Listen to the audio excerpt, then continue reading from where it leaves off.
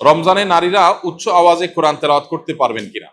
নারী হোক আর পুরুষ হোক, কোরআনে কারীমের তেলাওয়াতের মধ্যে নীরবে তেলাওয়াত করতে পারেন, আবার কিছুটা মৃদু কণ্ঠের মৃদু আওয়াজে তেলাওয়াতও করতে পারেন। বিশেষ করে বাসা বাড়িতে একটু মৃদু কণ্ঠের আওয়াজে তেলাওয়াত করাই ভালো। শয়তানকে বিতাড়িত করবার প্রয়োজনে বিশেষ করে একটু উচ্চ স্বরে, একটু সরবে কোরআন তেলাওয়াত করা গুরুত্বপূর্ণ। মেয়েদের কোরআন তেলাওয়াতের ক্ষেত্রে লক্ষ্য করতে হবে যে পরপুরুষের কানে যেন তেলাওয়াতের আওয়াজ না যায়, রাস্তায় বাসার বাইরে যেন না যায়, সেটা খেয়াল রাখতে হবে। বাসার ভিতরে যদি থাকে, পরপুরুষ বা গায়রে মাহরামের কানে যদি আওয়াজ যাওয়ার আশঙ্কা না থাকে, তাহলে কোনো অসুবিধা নেই।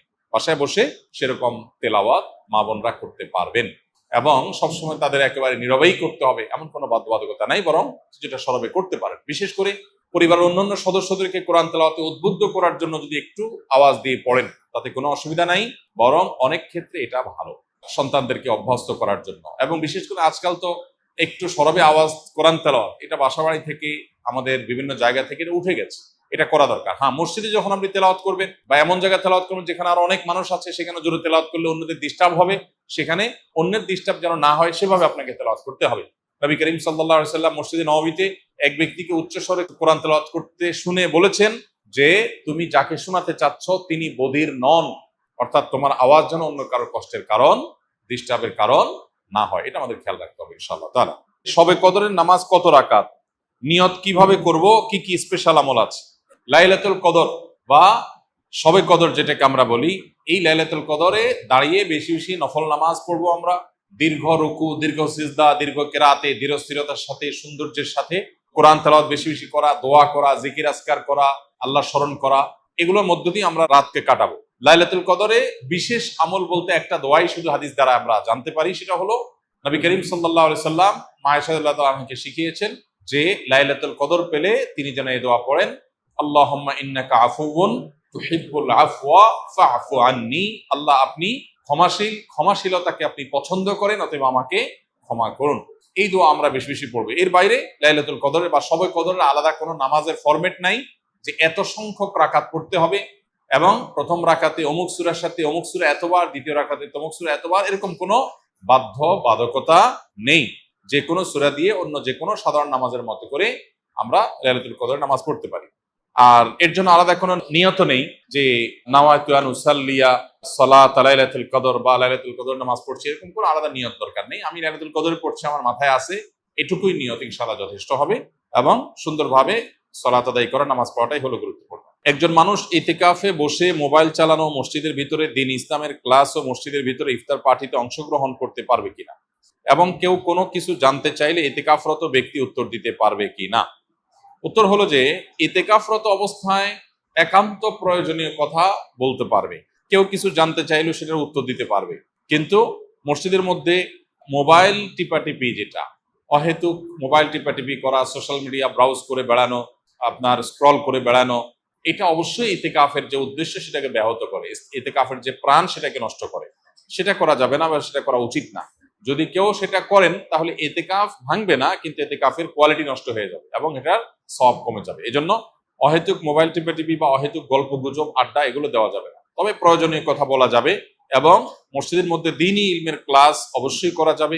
মসজিদের মধ্যে ইফতারের কোনো প্রোগ্রাম হলে সেখানে অংশগ্রহণ করা যাবে, এগুলোতে কোনো অসুবিধা নেই। ইতিকাফ নিয়ে আমাদের মধ্যে অনেকের মধ্যে অতি ভয় কাজ করে।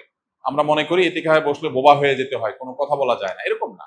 সাধারণ স্বাভাবিক জীবনযাপন আমরা করতে পারবো ইনশাআল্লাহ। নবী করিম সাল্লাল্লাহু আলাইহি সাল্লাম রমাদানের শেষ দশকে জীবনে কোনো বছর ইতিকাফ ছাড়তেন না।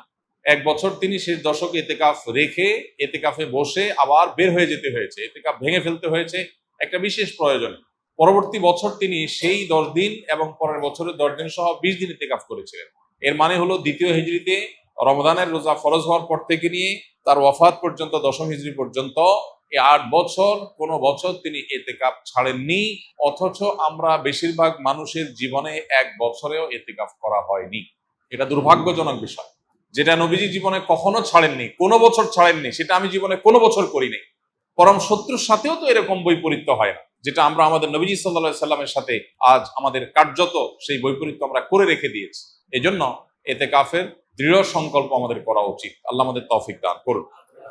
2022 সালের ঘটনা, আমি অনার্স দ্বিতীয় বর্ষে পড়ি, তখন একটি ডিভোর্সি মেয়ের সাথে হারাম সম্পর্কে জড়িয়ে পড়ি। পরে তার পেটে বাচ্চা আসে এবং তাকে বিয়ে করি, কিন্তু আমার পরিবার মেনে নেয় না, এবং অনেকে যারা সন্তানের বাবা বলে গালি দিতে থাকে, একসময় রাগ করে সে মেয়ে সন্তানকে 14 দিনের বাচ্চাকে এক বন্ধা দম্পতি দিয়ে দেই এবং আমার স্ত্রীকেও ডিভোর্স দেই। এই অতীতটা আমাকে কুড়ে কুড়ে খাচ্ছে। আমি মনে হয় ক্ষমা পাবো না, আখেরাতে আটকা পড়ে যাব। আমি বারবার ডিপ্রেশনে চলে যাই। যে ভাই এই প্রশ্ন করেছেন তাকে বলতে চাই যে হারাম সম্পর্কে জড়াবার ফলে যে বাচ্চা এসেছে, সন্দেহাতীতভাবে সেটা আপনাদের উভয়ের জঘন্যতম কবিরা গুনাহগুলোর মধ্য থেকে একটা। কিন্তু প্রথমত বাচ্চার কোনো দোষ নাই। এই বাচ্চা চাইলে আল্লাহর নেককার বান্দা হয়ে জান্নাতি মানুষ হতে পারে, আবার বৈধভাবে জন্ম হওয়া অনেক বাচ্চা জাহান্নামী হতে পারে। এই জন্য বাচ্চাকে কেন্দ্র করে আপনাকে এলাকাবাসী কথা বলেছে, সেটার জন্য আপনি যে কাজ করেছেন সেটা গর্হিত কাজ, আপনি নিজে বুঝতে পেরেছেন। এখন যেটা করণীয় আপনার, প্রথম কথা হলো এই বাচ্চা সারা জীবনই আপনার বাচ্চা হিসাবে গণ্য হবে এবং আপনার বাচ্চা হিসাবে আপনি তার প্রতি কর্তব্য আপনার রয়েছে। অতএব সেই বাচ্চাকে আপনি অন্যত্র দিয়ে দেওয়া এটা জুলুম। আপনি এটা রিকভার করার সুযোগ থাকলে রিকভার করবেন, তার টেক কেয়ার করা, তার প্রতি দায়িত্ব পালন করা করবেন। আর আপনার স্ত্রীকে আপনি যদি এমনভাবে ডিভোর্স দিয়ে থাকেন যে ডিভোর্সের পরে আবার, যদি আপনার ডিভোর্স দেওয়ার অধিকারই নাই, যদি আপনি বিয়ে না করে এই হারাম সম্পর্ক করে থাকেন, তাহলে ডিভোর্স এটা কার্যকর হয়নি। তাহলে আপনি এখন চাইলে তাকে বিবাহ করে নিতে পারেন এবং যে জেনা হয়েছে সে জেনার জন্য আল্লাহর কাছে আপনার তওবায়ে নাসুহা, সর্বোচ্চ লেভেলের তওবা আপনাকে করতে হবে।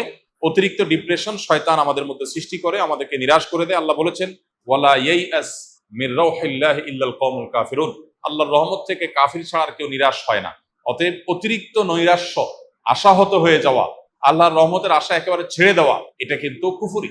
অতএব এটা যেন না হয়। আমি যত গুনাহগারী হই না কেন, আল্লাহ তাআলা আমাকে ক্ষমা করতে পারেন। ক্ষমা করার ক্ষমতা আল্লাহর আছে এবং আল্লাহ ওয়াদা করেছেন আমি যদি অনুতপ্ত হই আর জীবনে কখনো জেনার ধারে কাছেও যাব না, আল্লাহ ইনশাআল্লাহ পূর্বের গুনাহ মাফ করবেন। আল্লাহর ওয়াদা রয়েছে। অতএব পরিপূর্ণ কায়মন বাক্যে তওবা করলে মাফ হবে। আপনি যদি মনে করেন যে না আমার গুনাহ কোনোভাবেই মাফ হবে না, তাহলে সেক্ষেত্রে আপনি আল্লাহর প্রতি কুধারণা করলেন, এটা বরং অনুচিত কাজ হবে। অতএব অতিরিক্ত ডিপ্রেশনে না গিয়ে আল্লাহর কাছে মাফ চাইতে হবে। আল্লাহ তাআলা আমাদেরকে আমলের তৌফিক দান করুন। আসুন্নাহ ফাউন্ডেশন, উম্মার স্বার্থে সুন্নাহর সাথে।